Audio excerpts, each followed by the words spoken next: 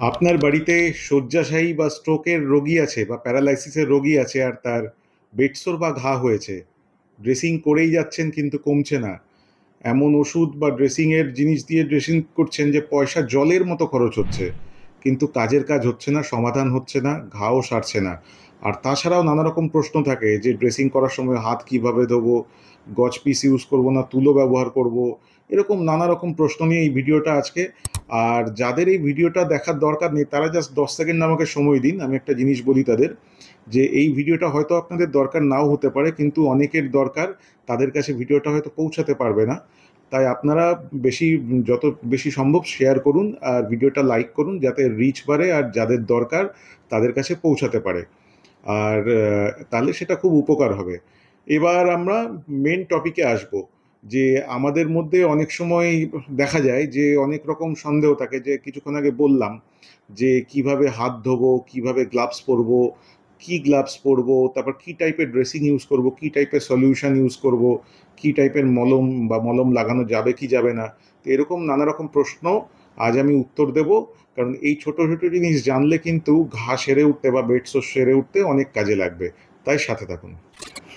সবার প্রথম প্রশ্নে আসি, যে ড্রেসিং খালি হাতে করবেন না গ্লাভস পরে করবেন বাড়িতে। এই ড্রেসিংটা আমি বাড়ির ড্রেসিংয়ের কথা বলছি। তো অবশ্যই গ্লাভস পরে করতে পারলে ভালো। বেস্ট হলো সার্জিক্যাল গ্লাভস।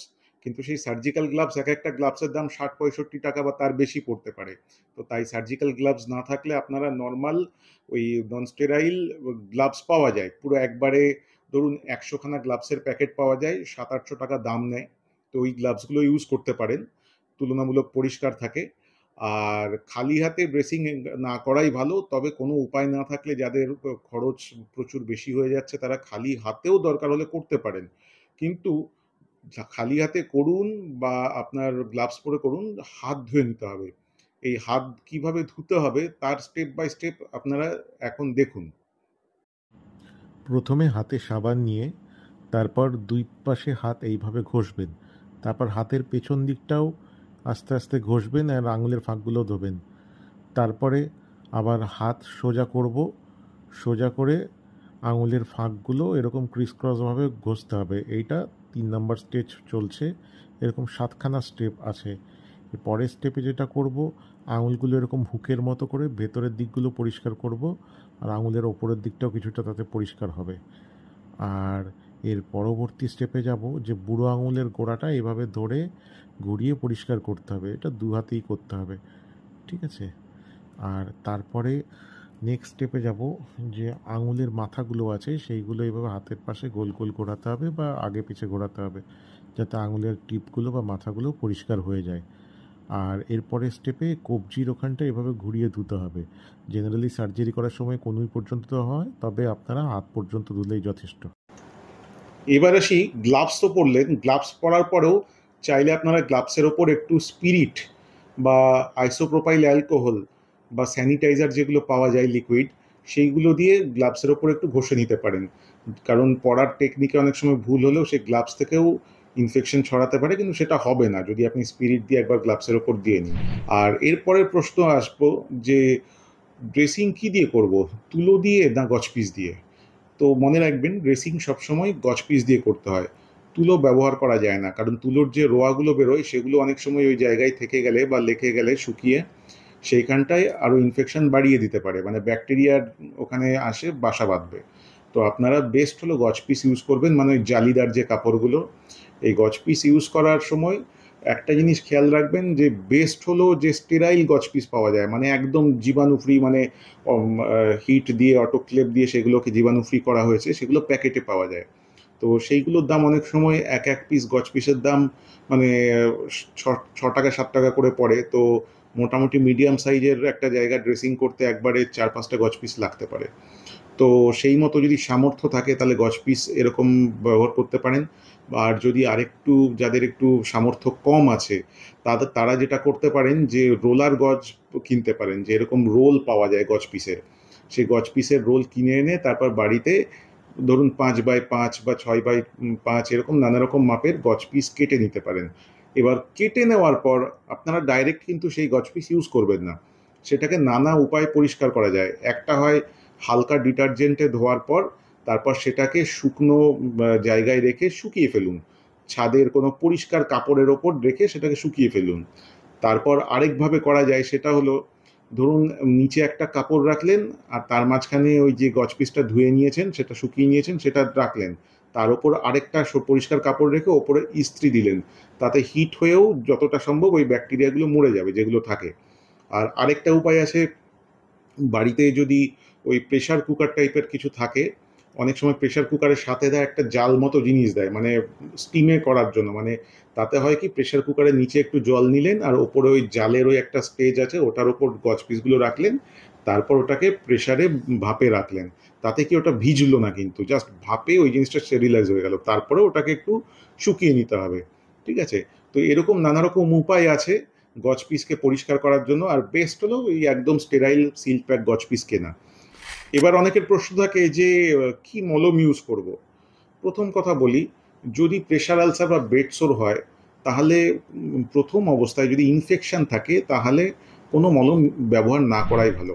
হ্যাঁ, অনেক সময় পুজ জমলে অনেকে অ্যান্টিবায়োটিক অয়েন্টমেন্ট বা বিটাডিন অয়েন্টমেন্ট ইউজ করেন, কিন্তু আমি বলবো যে কোনো মলম না ইউজ করাই ভালো। আর যদি গায়ের মধ্যে কোনো জীবাণু না থাকে, সেটা অবশ্যই কালচার সেন্সিটিভিটি টেস্ট করিয়ে বোঝা যায়, বা গা পরিষ্কার লাগে, তাহলে ওই ঘা সারানোর জন্য হাইড্রোজেল, হাইড্রোহিল, এরকম নানা রকমের কোলয়েড জাতীয় জিনিস, জেল টাইপের পাওয়া যায়। সেই জেলগুলো ওই ঘাটা ভরিয়ে তুলতে সাহায্য করে। অনেক রকম জেল আছে। তবে ওই মানে একদম চলতি যে মলম আছে বিভিন্ন, মানে অ্যান্টিবায়োটিক, অ্যান্টিব্যাকটেরিয়াল মলম, সেই সব মলম না ব্যবহার করাই ভালো। এবার আসি বিটাডিন, যেগুলো আমরা অনেক সময় ড্রেসিংয়ে ব্যবহার করি সার্জারির পরে, সেই বিটাডিন ইউজ করা যাবে কিনা। যদি ঘায়ের মধ্যে প্রচণ্ড পুজ আসে, তখন কিন্তু আমার প্রায়োরিটি হলো ওই যে ইনফেকশনটাকে বা পুজ আসা ওইগুলো কমানো। তখন আপনারা বিটাডিন কিছুটা ব্যবহার করতে পারেন কিছু দিনের জন্য। বিটাডিন বেশি ব্যবহার করা যাবে না, কারণ বিটাডিন কিন্তু ঘাকে ভরতে বা হিল করতে ওটা বাধা দেয়। বিটাডিন ব্যাকটেরিয়াকে মারে ঠিক আছে, কিন্তু ঘাকে ভরতেও বা সেরে উঠতেও বাধা দেয়, তাই বেশি দিন বিটাডিন ব্যবহার করা যায় না। আর যদি ঘায়ের ওরকম কোনো পুজ বা ওরকম ঠিক থেকে ডিসচার্জ ওরকম কিছু না থাকে, রসের মতো না বেরোয়, তাহলে বিটাডিন ব্যবহার একদমই করবেন না। আর স্পিরিট, স্পিরিট ব্যবহার করবেন কি করবেন না, ঘায়ের মধ্যে কখনো স্পিরিট লাগাবেন না। ঘায়ের মধ্যে স্পিরিট লাগালে ওই জায়গার কোষগুলো মরে যায়, উল্টে পরবর্তীতে আরও ব্যাকটেরিয়া সংক্রমণ হতে পারে। হ্যাঁ, ঘায়ের চারিদিকে, মানে যেখানে নর্মাল চামড়া, সেখানে মাঝে মাঝে এক দুদিন বাদে বাদে হালকা করে গজ পিসে বা তুলোতে স্পিরিট নিয়ে সেই জায়গাটা পরিষ্কার করে দিতে পারেন, কিন্তু ঘায়ের মধ্যেখানে কখনো স্পিরিট লাগাবেন না, একদমই না। এবার আরেকটা প্রশ্ন আসে যে তাহলে বিটাডিন যখন ব্যবহার করব না, কি ব্যবহার করব। তো এখন অনেক রকম বাজারে স্প্রে পাওয়া যায়, সেটা নানা রকম জিনিস থাকে, যেমন অক্সাম নামে পাওয়া যায়, মাইক্রোডাইন নামে স্প্রে পাওয়া যায়, সেই স্প্রে ইউজ করতে পারেন। বা ক্লোরিন ওয়াটার বলে একরকম জিনিস পাওয়া যায়, সেইটা ইউজ করতে পারেন। আর যদি ঘায়ে ইনফেকশন থাকে, বিটাডিনের জায়গায় আরেকটা জিনিস আছে, সেটাও ইউজ করতে পারেন, তাই হাইড্রোজেন পারক্সাইড। সেখানে হাইড্রোজেন পারক্সাইড একটু গজ পিসে নেবেন, সেটাকে আর একটু নর্মাল স্যালাইন নিতে হবে, নর্মাল স্যালাইন দিয়ে ডাইলিউট করে তারপরে গজ পিসটা নিয়ে ওই ঘায়ের ওপর একটু মুছতে গিয়ে নিংড়ে নিংড়ে নেবেন। তাতে দেখবেন ফেনা ফেনা বেরোচ্ছে। বেরোনোর পর কিছুক্ষণ ছেড়ে দেবেন ওখানে, 1-1.5 মিনিট কিছু করবেন না। তারপর 1-1.5 মিনিট পরে আবার একটা গজ পিস নিয়ে তাতে নর্মাল স্যালাইন দিয়ে ওই জায়গাটা মুছে, তারপর আরেকটা গজ পিস নিয়ে সেখানে নর্মাল স্যালাইন দিয়ে ওই ঘায়ের ওপর রাখবেন। তাহলে ওই হাইড্রোজেন পারক্সাইড দিয়ে এইভাবে করতে পারেন। আবার অনেক সময় দেখেন যে যদি ঘা একটু ইনফেক্টেড, তাহলে হাইড্রোজেন পারক্সাইড দিয়ে এরকম পরিষ্কার করার পর যে গজ পিসটা ওর ভেতরে রাখবেন, ঘায়ের ভেতরে, মানে থার্ড স্টেপে, সেইটা নর্মাল স্যালাইনের সাথে একটু ক্লোরিন ওয়াটারও মেশাতে পারেন। আর যদি স্প্রে থাকে, তাহলে ডাইরেক্ট ঘায়ের ওপর স্প্রে করে এই গজ পিসটা আটকে দিতে পারেন। হ্যাঁ, তবে মনে রাখবেন যে গজ পিসটা গায়ের মধ্যে ফাইনালি রাখছেন, সেই গজ পিসটা যেন শুকনো না হয়, আবার সেই গজ পিসটা যেন চপচপে ভেজা না হয়। মানে একটু ভেজাবেন, ভেজানোর পর নিংড়ে নেবেন, মানে ময়েস্ট, একটু আর্দ্র ভাব থাকবে, যেটা চপচপে ভেজাও না, আবার একদম শুকনোও না। এই দুটোই কিন্তু ঘা ভরতে দেবে না। হালকা মানে আর্দ্রভাব থাকলে সেটা ঘাকে ঠিক করার জন্য একদম উপযুক্ত। এবার নর্মাল স্যালাইন কি এমন আছে যে নর্মাল স্যালাইন এত বলছি, নর্মাল স্যালাইন আমাদের বডির যে ফ্লুইড সেটাকে অনেকটা ইমিটেট করে। সুতরাং কোষ তাড়াতাড়ি সেরে ওঠে নর্মাল স্যালাইনের সংস্পর্শে, মানে সেই সেম পরিবেশ পায়। আর তারপরে এবার আরেকটা কোশ্চেন আসে, ঘা ঢাকার জন্য কি ব্যবহার করবেন? ওই যে ঘায়ের ওপর বললাম যে গজ পিস একটা রাখলেন, মানে ওই গজের টুকরো, তারপরে আপনারা অনেকে করেন ওর ওপরেই টেপ আটকে দেন বা লিউকোপ্লাস্ট আটকে দেন। এটা একদমই করবেন না, এটা খুবই ক্ষতিকারক। সবসময় প্যাড দিতে হবে। ওই মানে গজ পিস দিলেন তার উপর একটা প্যাড। এবার প্যাড কি জিনিস? প্যাডটা বাড়িতেই বানাতে পারেন। প্যাডটা প্রথমে একটা রোলার গজ কিনবেন, মানে রোল করা যে গজ পিসের রোল। এবার প্রথমে ওই রোলারটা বিছাবেন, বিছিয়ে তার উপর একটা তুলোর লেয়ার রাখবেন, ঠিক আছে? সেই তুলোর লেয়ার রাখার পর আরেক লেয়ার গজ পিস দেবেন, মানে দুটো গজ পিসের মাঝখানে তুলোর লেয়ার, মানে স্যান্ডউইচের মতো। এগুলোকে প্যাড বলে। এবার ওইটা দিয়ে ঢাকা দেওয়ার পর তার ওপর টেপ মারবেন। এবার টেপ মারার সময় এবড়ো খেবড়ো যে কোনোভাবে মারবেন না, মানে এই দিকে দুটো ওই দিকে দুটো, মানে ক্রসভাবে যাবে, ঠিক আছে? প্লাসের মতো হবে, মানে বেশি এবড়ো খেবড়ো মারবেন না, সমান্তরালভাবে মারবেন দুদিকেই, ঠিক আছে? তাতে আপনার খুলতেও সুবিধা হবে, কোনো কারণে চেক করতেও সুবিধা হবে।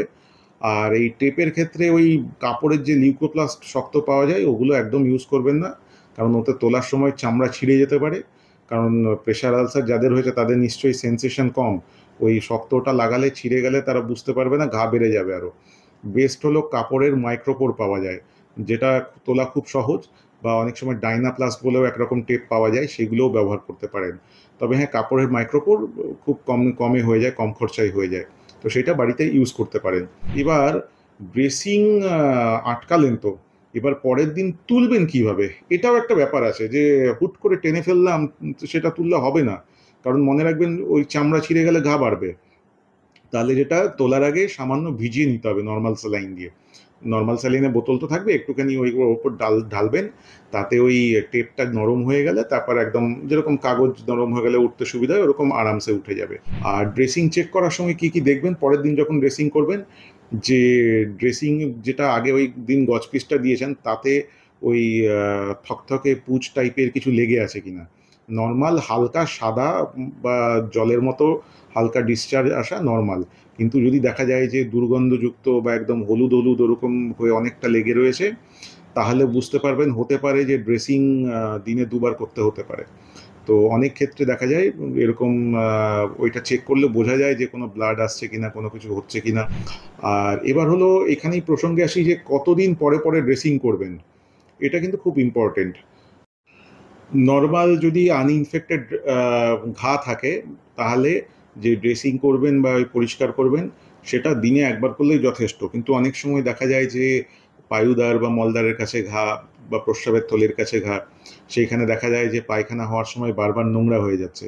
তাহলে নিয়ম হলো যতবার পায়খানা হবে ততবার ভারতবর্ষে ড্রেসিং করার দরকার হতে পারে, যদি ওই ড্রেসিং নোংরা হয়ে যায়।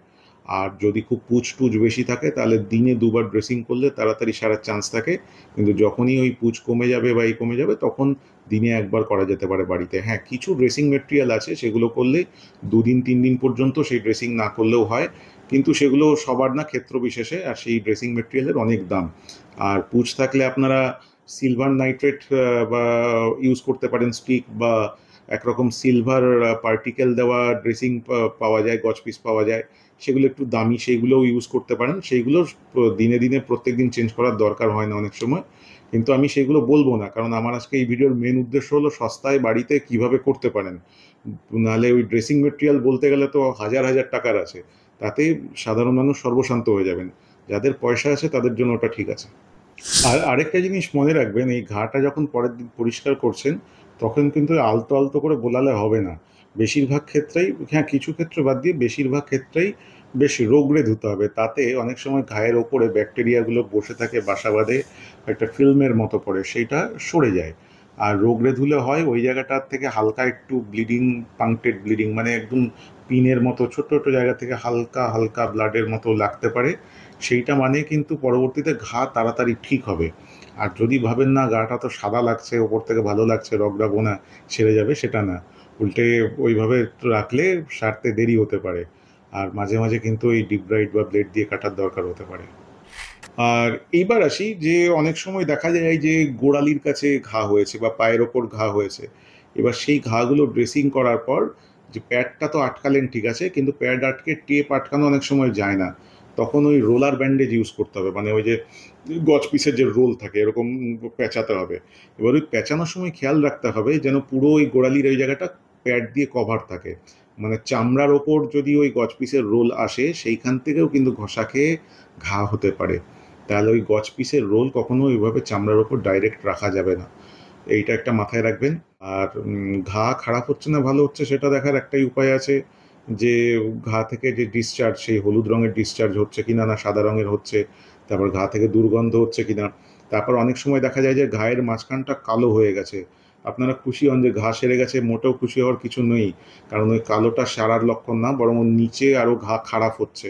তাই ওরকম যদি থাকে তাহলে বাড়িতে কিছু করার চেষ্টা না করাই ভালো, একবার ডাক্তারকে দেখিয়ে নিন, কারণ ওই কালো অংশটা ডিপ ব্রাইট করে মানে কেটে ফেলে দিতে হবে, সেটা ব্লেড দিয়েও হতে পারে, বা ওই সিলভার নাইট্রেটের স্টিক পাওয়া যায় সেগুলো দিয়েও হতে পারে, বা হাইড্রোজেন পারঅক্সাইড দিয়ে ড্রেসিং করলেও ওটা কিছুদিন পরে ওই কালো অংশটা উঠে আসে, তারপর নিচের যে অ্যাকচুয়াল ঘাটা সেটা এক্সপোজ হয়। আর শুধু এই ব্যাপারগুলো না, এই ড্রেসিং তো আজকে বললাম, খাওয়া দাওয়া, ব্লাডের হিমোগ্লোবিন লেভেল, তারপরে প্রেশার আলসার কীভাবে আটকাবেন সেসব নিয়েও আমি ডিটেলসে এরকম ভিডিও বানিয়েছি, একটা বড় ভিডিও, সেটা অবশ্যই দেখবেন। আর আজকে আমার উদ্দেশ্য ছিল শুধু ড্রেসিং নিয়ে বলা। তো ড্রেসিং রিলেটেড এরকম আরও কোশ্চেন আপনাদের থাকতে পারে, যেটা বাড়িতে ড্রেসিং করতে গিয়ে হয়তো মনে হয়, যে যেরকম বললাম যে কিভাবে হাত ধোবো, বা হাত ধুয়ে করবো কিনা, বা কি সলিউশন দিয়ে করব, সেগুলো অনেক সময় বোঝা যায় না। তার জন্য কমেন্টে অবশ্যই জানাবেন। আপনারা যদি না জানান তাহলে আমার সবসময় অ্যান্সার দেওয়া সম্ভব হয় না, ওর জন্য অবশ্যই বলবেন কি উত্তর চান আমার থেকে, আমি জানিয়ে দেবো। আর এরকম আরও আপডেট আমি চ্যানেলে নিয়ে আসবো, প্রত্যেক সপ্তাহে আমি জেনারেলি একটা করে ভিডিও পোস্ট করি। আমি ডক্টর অনুরাগ বিশ্বাস, আর এটা আমার channel made easy for you. এই চ্যানেলটা আপনাদের জন্য, শুধুমাত্র বাংলা ভাষায়, তাই সাথে থাকুন। চ্যানেলটা সাবস্ক্রাইব করতে ভুলবেন না, আর ভিডিওটা যদি ভালো লেগে থাকে একটা লাইক অবশ্যই করবেন, আর শেয়ার করবেন। নমস্কার, আবার দেখা হবে।